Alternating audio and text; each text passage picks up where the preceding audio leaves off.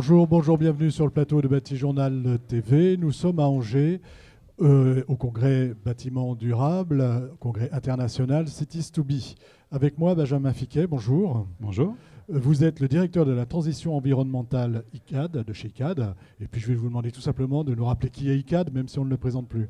ICAD est tout simplement une société immobilière, à la fois une foncière de bureaux, une foncière de santé, parmi les plus grosses foncières de France et d'Europe, et une activité de promotion résidentielle et tertiaire.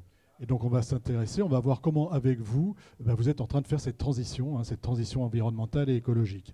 Donc qu'est-ce que vous mettez en place chez ICAD pour justement atteindre les objectifs de la transition énergétique, excusez-moi. En transition énergétique et écologique. On s'organise et on organise cette transition tout d'abord par le développement de notre culture de l'impact, c'est-à-dire que pour nos collaborateurs, mesurer nos impacts environnementaux dans nos projets de construction et donner à nos équipes les outils qui permettent de développer cette culture de l'impact. Par exemple, c'est la modélisation pour l'ensemble du patrimoine de la foncière tertiaire, de l'impact énergétique sur les 10-20 prochaines années, sous-tendu par les actions d'efficacité énergétique, de maîtrise de l'énergie, de switch énergétique que l'on peut organiser. Et donc chaque action est regardée à l'aune de son impact sur la trajectoire, vers une trajectoire compatible aux accords de Paris, 2 degrés, voire 1,5 degré. Voilà, donc d'abord connaître son impact tout à fait. À soi. Ensuite, et que chaque acteur, chaque collaborateur puisse le mesurer aussi, pour que les actions qu'ils mettent en œuvre puissent les mesurer et être dans la cible, et pas à côté. Voilà, il faut savoir tout de suite, tout le temps, quand on est dans la cible. Après, vous dites qu'il faut vraiment s'organiser et avoir une coopération entre les acteurs. Est-ce que vous pouvez me dire un petit peu ce que ça veut dire, ça? Oui. Lorsqu'on parle d'économie circulaire, notamment. Tout à fait. Je crois que l'économie circulaire en est un exemple. C'est le passage à l'échelle. Et ce passage à l'échelle, il ne peut pas se réaliser dans la compétition, et juste dans la compétition, mais dans la coopération. Quand j'ai un immeuble et je détiens des ressources, ce n'est pas simplement des déchets, des plaques de faux plancher par exemple, de manière très triviale, comment ces plaques de faux plancher peuvent bénéficier à un de mes confrères. Et je ne fais pas de cas que ces dalles de faux plancher viennent d'un confrère. Au contraire, je m'en réjouis. Et donc, on est chacun dans des banques de matériaux à l'échelle de nos patrimoines immobiliers. Ces banques de matériaux, c'est des banques de matériaux collectives. Et donc, c'est cette coopération qui doit être mise en œuvre. On doit également avoir un vocabulaire commun si on veut se comprendre. C'est-à-dire qu'on parle le même langage. Et donc, on se retrouve autour de référentiels communs, que ce soit des référentiels de l'économie circulaire ou des référentiels comme le numérique. Voilà, avoir un vocabulaire commun, ça nous permet de nous comprendre et c'est essentiel pour progresser. Voilà, c'est pour ça que vous êtes assez moteur, je crois, sur tout ce qui est référentiel. Surtout, vous avez envie d'emporter le marché, si j'ai bien compris. Exactement. On est, je dis souvent, mais c'est vrai que nous, être acteur, c'est être moteur.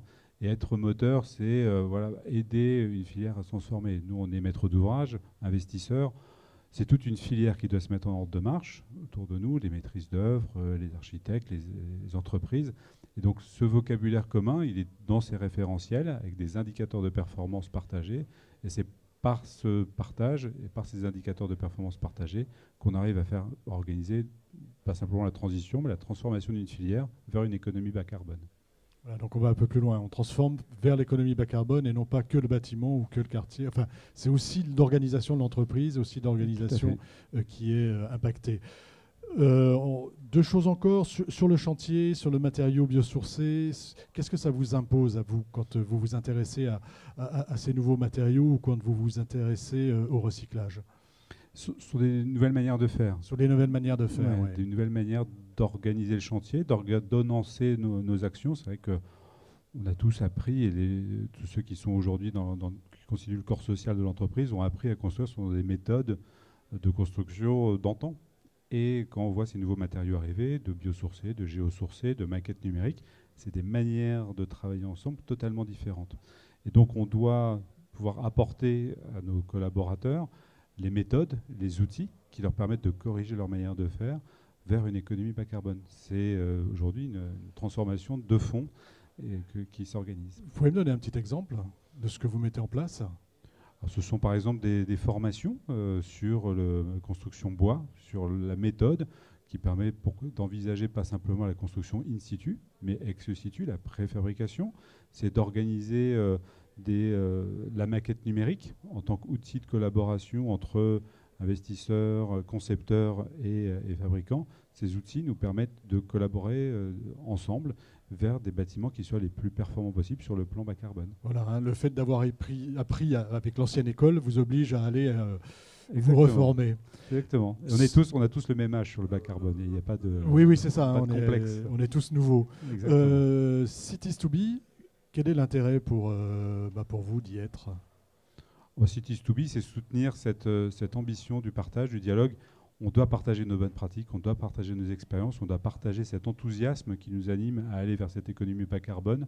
C'est le moteur le plus fort de changement, c'est bien l'enthousiasme. Et Cities2B, c'est bien cette ambition-là, d'enthousiasme, de partage, de performance vers une économie. Écoutez, Monsieur Fiquet, merci. Merci d'être venu sur notre plateau Batijournal pour nous parler d'ICAD et de la transition environnementale chez ICAD. Une émission à retrouver donc sur notre site internet Batijournal TV et sur le site de notre partenaire Cities2B. Merci à vous. Merci.